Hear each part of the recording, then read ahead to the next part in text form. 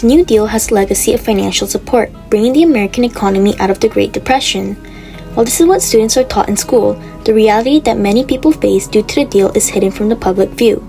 Driven by the fear of economic failure, the American government released an act in the New Deal that would oppress the Navajo people by forcing them to destroy their hard work, sacrifice, and morals, all while claiming it was for the benefit of the people. These events echo in the modern day, with the recent avian flu outbreak in response to which farmers are told to slaughter their animals in horrible ways due to the fear of causing an economic crisis triggered if the infection were to continue to spread. From the mindless massacre of beloved animals in the name of economic recovery, to the horrific execution of diseased fowl in fear of further contamination, the American identity means justifying the erosion of hard work and sacrificing morality for the nation's economic survival.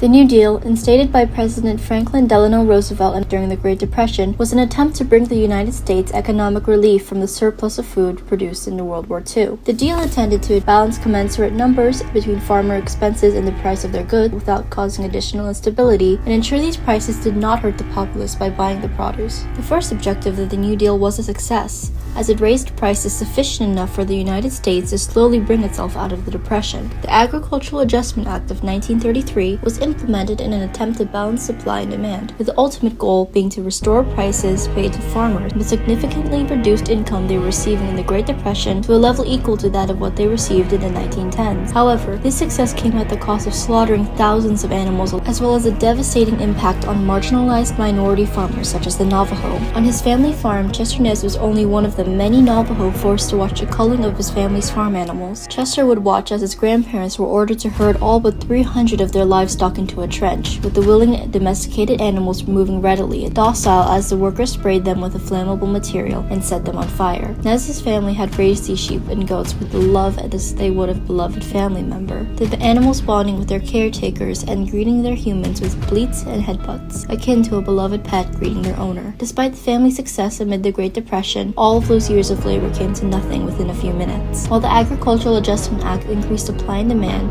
therefore increasing prices and boosting the economy, it only benefited wealthy farmers who had a large herds and could afford to lose a percentage of their stock. Those who were most affected by the massive purge of livestock could not do anything to stop it. While wealthier white farmers could absorb the loss dealt by the act, the Nez family and many others like them lost years of hard work and care. Although the New Deal succeeded in reviving the American economy, its legacy is stained with the blood of seemingly expendable obstacles on their way to recovery. Innocent animals slaughtered, and the erasure of indigenous labor and livelihood. But 90 years later, fear once again dictates policy in the face of the H5N1 bird flu and influenza virus. The bird flu, as it's colloquially called, has recently spread amongst livestock, particularly to farm animals like chickens. As a result, paranoia has trickled through society, causing people to fear for the future of egg supplies and the price of eggs. Chickens have not been able to keep up with consumer demands, therefore causing the prices of eggs to rise exponentially. Egg prices rose 15.2% alone in January of 2025, with prices continuing to rise and hitting the high of $4.95. Similar to how the government had forced the Navajo and other farmers to kill their animals under the New Deal in the 1940s, farmers are once again being forced to slaughter their animals in hopes of wrangling economic failure. In 2024, the Department of Agriculture paid farmers $500 million to kill entire flocks, the first sign of infection. Prior to the culling, there had only been 20 million chickens that died because of the bird flu. However, after the order demanded that chickens had to participate in the culling, over 116 million chickens were killed. Similar to how the livestock in the Nez family were killed by being gathered in burrows and lit ablaze, chickens are also inhumanely burned alive. Among many other harsh death sentences, Ventilation Shutdown Plus, or VSD Plus, is used by cutting off air supply and raising temperatures to lethal levels. VSD Plus essentially drowns its victims, causing animals subjected to such torture to suffer convulsions and cardiac arrest as they die. This slow death can take at least 3.75 hours to kill chickens, and while unethical, has become one of the main methods offered to farmers faced with the need to kill poultry. Through the American Veterinary Medical Association, or AVMA for short, is aware that the technique may not guarantee that the deaths of animals faced are painless and distress-free, but they continue to implement the same methods in killing innocent creatures. The grisly fate chickens are led to is but another example of nation-mandated slaughter, justified as necessary for economic protection. What changes over time is the language and technology, not the underlying fear. Whether in the 1940s or 2020s, fear has driven Americans to commit morally reprehensible acts in the name of survival. For the 1940s farmers, the fear came from external and current crises, the killing of animals having been enacted due to the insolvency that was already purging the country. Fear of a bankrupt nation drove them to destroy the very labor that sustained them.